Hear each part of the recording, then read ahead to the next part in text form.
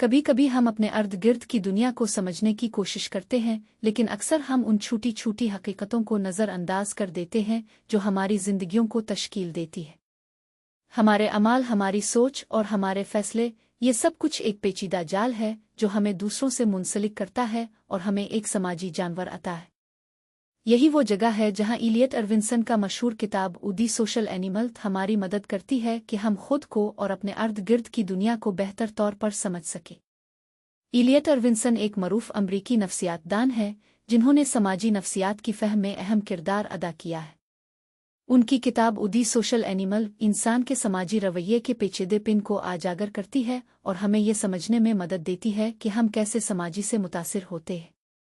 ارونسن کا کام نہ صرف اس لیے اہم ہے کہ وہ ہمیں سماجی نفسیات کے بنیادی اصولوں کو سمجھنے کی ترغیب دیتا ہے، بلکہ وہ ہمیں یہ بھی دکھاتا ہے کہ کس طرح ہم اپنے سماجی ماحول کو بہتر بنانے کے لیے اپنی سوچ اور رویے کو تبدیل کر سکتے ہیں۔ ایک دلچسپ کہانی جو ہماری سماجی فطرت کو بے نقاب کرتی ہے، وہ اس بات پر زور دیتی ہے کہ ہم دوسروں کے ساتھ کیے جانے والے تعاملات سے کیوں متاثر ہوتے ہیں۔ ایک عام آدمی کی زندگی کا جائزہ لے لیں۔ اس کے دوست، اس کا خاندان اور اس کے ساتھی، یہ سب لوگ اس کی زندگی میں اہم کردار ادا کرتے ہیں اور اس کے فیصلوں کو تشکیل دیتے ہیں۔ لیکن کیا ہم نے کبھی غور کیا ہے کہ ان روابط کی گہرائی کتنی ہے اور وہ ہماری سماجی فطرت کو کیسے متاثر کرتی ہے؟ ارونسن کی کتاب ہمیں یہ سمجھنے میں مدد دیتی ہے کہ ہم کس طرح اپنے سماجی ماحول کو سمجھتے ہیں اور اس کے ساتھ کیسے ہم آہنگ ہوتے ہیں۔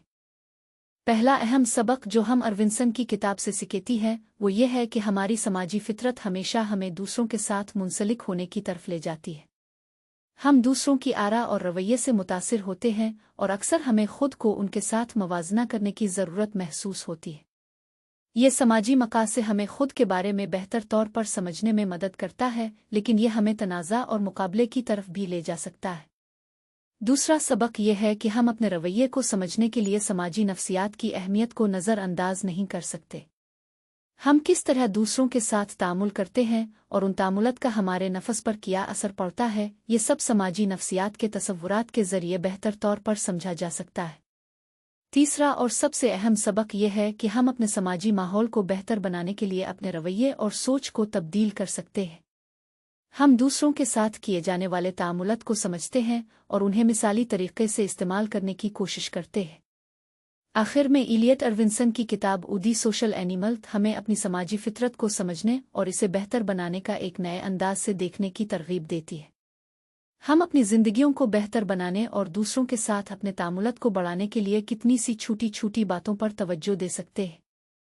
یہ کتاب ہمیں یہ سمجھنے میں مدد دیتی ہے کہ ہم کس طرح ایک دوسرے کے ساتھ جڑے ہوئے ہیں اور ہمیں خود کو بہتر بنانے کے لیے کس طرح اپنی سماجی فطرت کو استعمال کرنا چاہیے۔ تو آئیے ہم اس کتاب کے ذریعے ایک نئی سماجی دنیا کی طرف قدم اٹھائیں، جہاں ہم دوسروں کو بہتر طور پر سمجھ سکیں اور خود کو بھی بہتر طور پر سمجھ سکیں۔